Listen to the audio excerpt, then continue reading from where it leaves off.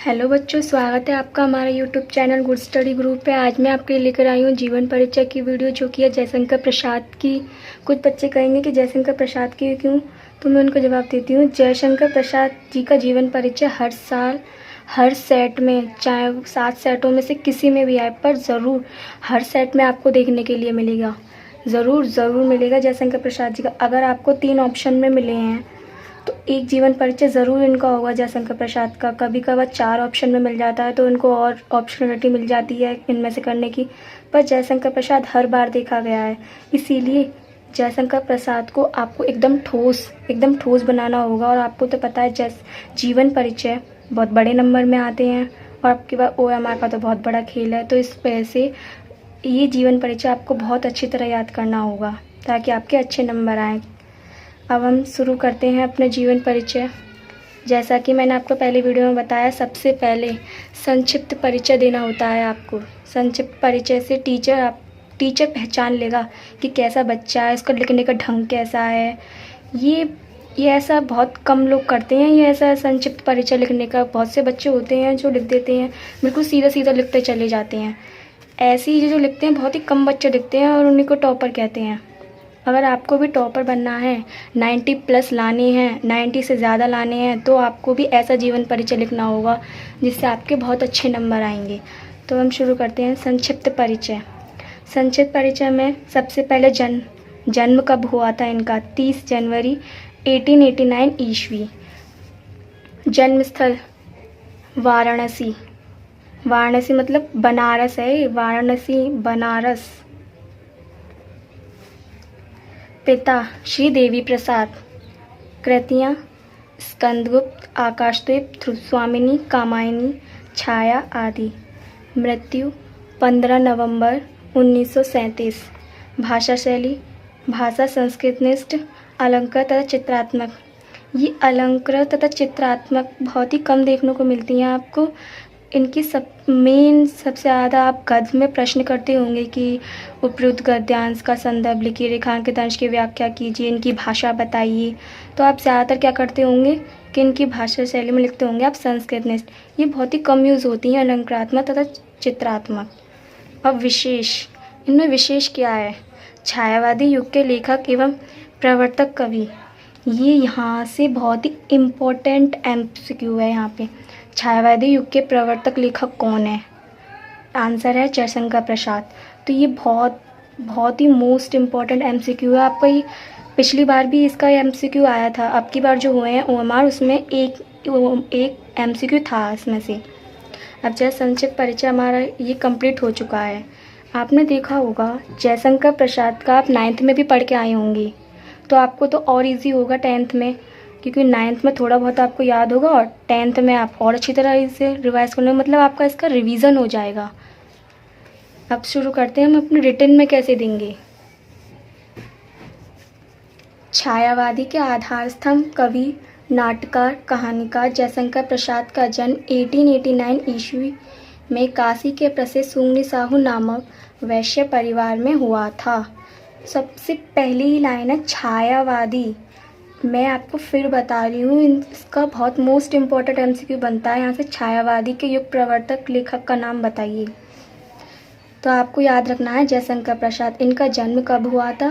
1889 ईस्वी में। और ऐसा भी आ सकता है प्रश्न, छायावादी के नाटककार का नाम बताइए, तो जयशंकर प्रसाद। एक और MCQ बन सकता है यहाँ से, 1889 ईस्वी में जो लेखक पैदा हुए तो उनका नाम बताइए। 1890 ईस्वी में पैदा हुए लेखक का नाम बताइए। सुगनी, यहाँ से एक और MCQ बन गया आपका, सुगनी साहू नामक स्थान पर किस लेखक का जन्म हुआ था? ये दोनों बहुत कनेक्टेड हैं, ये या तो एक दोनों एक साथ आ सकते हैं या अलग अलग आ सकते हैं। इस जीवन परिचय में से आपके बहुत सारे MCQ बनेंगे। वैश्य परिवार में हुआ था। इनके बाबा श्री शिवरत्न साहू और पिता श्री देवी प्रसाद साहू थे। प्रसाद जी के बाबा शिव जी के परम भक्त थे, पिता साहित्य प्रेमी थे। इनके बाबा तो शिव जी के भक्त थे और पिता साहित्य प्रेमी। इनका बाल्यकाल सुख से बीता, मतलब बचपन तो इनका अच्छा गया था, लेकिन माता पिता की मृत्यु के पश्चात पालन पोषण शिक्षा दीक्षा का प्रबंध बड़े भाई शंभू रत्न साहू ने किया। बचपन तो अच्छा बीता, लेकिन माँ बाप की मृत्यु के बाद इन पर कष्ट आ गया। इनके बड़े भाई ने इन्हें लिखाया पढ़ाया, इनका पालन पोषण किया। सबसे पहले प्रसाद जी का प्रवेश क्वींस कॉलेज में कराया। अब क्वींस कॉलेज, यहाँ से एक और MCQ बनता है, क्वींस कॉलेज में शिक्षा ग्रहण करने वाले लेखक का नाम बताइए। तो आंसर क्या है? जयशंकर प्रसाद। अब लेकिन स्कूल में मन न लगने के कारण स्कूल छोड़ने पर इनकी शिक्षा का प्रबंध घर पर ही किया गया। स्वाध्याय से प्रसाद जी ने संस्कृत, फारसी, अंग्रेजी का अध्ययन किया। वेद, पुराण, इतिहास, साहित्य और दर्शन शास्त्र के स्वाध्याय से इनका मन काव्य सृजन और भारतीय संस्कृति से परिपूर्ण साहित्य लेखन की ओर उन्मुख हुआ। इनका मन स्कूल में नहीं लगता था आजकल के बच्चों की तरह, जैसे उनका मन नहीं लगता स्कूल में। पर इन्होंने फिर भी, इनके बड़े भाई ने फिर भी इन्हें स्कूल छोड़ने के बाद घर पर पढ़ाया। अब साहित्य की ओर बढ़ती प्रवृत्ति को देखकर इनके बड़े भाई शंभूरत्न ने इन्हें स्वतंत्र लेखन के लिए प्रेरित किया। इनकी शुरू से ही रुचि साहित्य की ओर थी, तो इनके बड़े भाई ने कहा कि तुम एक लेखक बन सकते हो, लेखक बन जाओ। इनको प्रेरित किया। दुर्भाग्यवश बड़े भाई के स्वर्गवास से इन्हें अत्यंत आघात लगा। माता पिता तो पहले गुजर ही चुके थे, तो इनके बड़े भाई ने इनका साथ दिया, इनका पालन पोषण किया, शिक्षा कराई। पर दुर्भाग्य से इनके बड़े भाई की भी मृत्यु हो गई, जिनसे बहुत इन्हें गहरा सदमा भी लगा था इन्हें। आर्थिक स्थिति बिगड़ गई। जाहिर सी बात है, जब घर में कमाने वाला ही मर जाएगा तो उस घर की स्थिति कितनी बुरी होगी। और जब तो जयशंकर प्रसाद जी अपनी शिक्षा ग्रहण कर रहे थे। व्यापार में हानि भी हुई। व्यापार उनका सारा बड़े भाई संभालते थे। जयशंकर प्रसाद वो तो लेखक थे। पिता के समय से चले आ रहे ऋण भार से मुक्ति पाने के लिए इन्हें पैतृक संपत्ति बेचनी पड़ी। पैतृक संपत्ति मतलब जो हमारी पुश्तैनी होती, प्रॉपर्टी हमारी, जो हमें रियासत कह सकते हैं, इन्हें खानदानी ज़मीन, इन्हें अपनी वो बेचनी पड़ी। इनके पिता से समय से इन पर कर्ज था। ऋण भार मतलब कर्ज था, जिनसे मुक्ति पाने के लिए इन्हें अपनी ज़मीन बेचनी पड़ी, खानदानी ज़मीन। अब ऋण भार से तो प्रसाद जी मुक्त हो गए, लेकिन जीवन के संघर्षों के कारण इन्हें क्षय रोग हो गया। ऋण भार से तो प्रसाद जी मुक्त हो गए, लेकिन जीवन के संघर्षों के कारण इन्हें क्षय रोग हो गया। क्षय एक बीमारी का नाम है और 15 नवंबर 1937 में संसार से विदा हो गए। यहाँ से याद रखना, 15 नवंबर 1937 में संसार से विदा हो गए। कृतियाँ मोस्ट इम्पॉर्टेंट, जब मैंने पहली वीडियो में भी आपको बताया था कि कृतियाँ और रचनाएं एक OMR और जीवन परिचय में टोटल जितने नंबर का पूछे उतने नंबर दिला सकता है आपको। और OMR में तो ज़्यादातर कृतियाँ ही पूछी जाती हैं, बहुत ही कम केसेस में कुछ और क्वेश्चंस आते हैं, पर कृतियाँ सबसे ज़्यादा पूछी जाती हैं। बहुमुखी प्रतिभा के धनी जयशंकर प्रसाद जी की रचनाएं इस प्रकार हैं।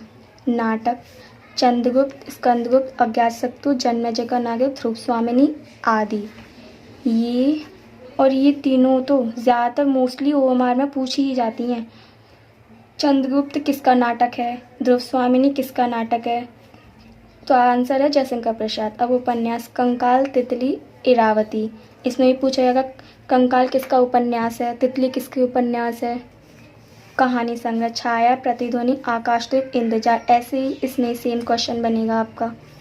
निबंध संग्रह काव्य कला तथा अन्य निबंध। अब काव्य कामायनी, महाकाव्य, आशुलय, चित्रादय, ये वाला तो आपको रट लेना, मतलब अच्छी तरह याद कर लो। ये वाला बहुत ही ज़्यादा पूछा जाता है। कामायनी किसकी रचना है, तो याद कर लो जयशंकर प्रसाद की। अब साहित्य में स्थान, बहुमुखी प्रतिभा के धनी प्रसाद जी सफल नाटककार, कहानीकार, श्रेष्ठ उपन्यासकार तथा गंभीर निबंधकार थे। हिंदी साहित्य में इनका मूर्धन्य स्थान है। ये जो लिख रहा है ना, नाटककार, कहानीकार, उपन्यासकार, गंभीर निबंधकार, ये आपको ऐसे नहीं दिए हैं, इनसे MCQ बनता है, आपको ये याद रखने होंगे। और साहित्य में स्थान अगर आपको याद है तो लिखिए, अगर नहीं याद है तो कोई बात नहीं, चिंता मत कीजिए। पर अगर आपको आता है तो लिख दीजिए, आपको पूरे नंबर मिलने के चांसेस रहेंगे। अगर आपको कोई भी डाउट हो तो हमें कमेंट सेक्शन में लिख के दीजिएगा। बाकी आप लोग को अगर हमारी वीडियो पसंद आई हो तो लाइक कमेंट कीजिएगा। Thank you so much.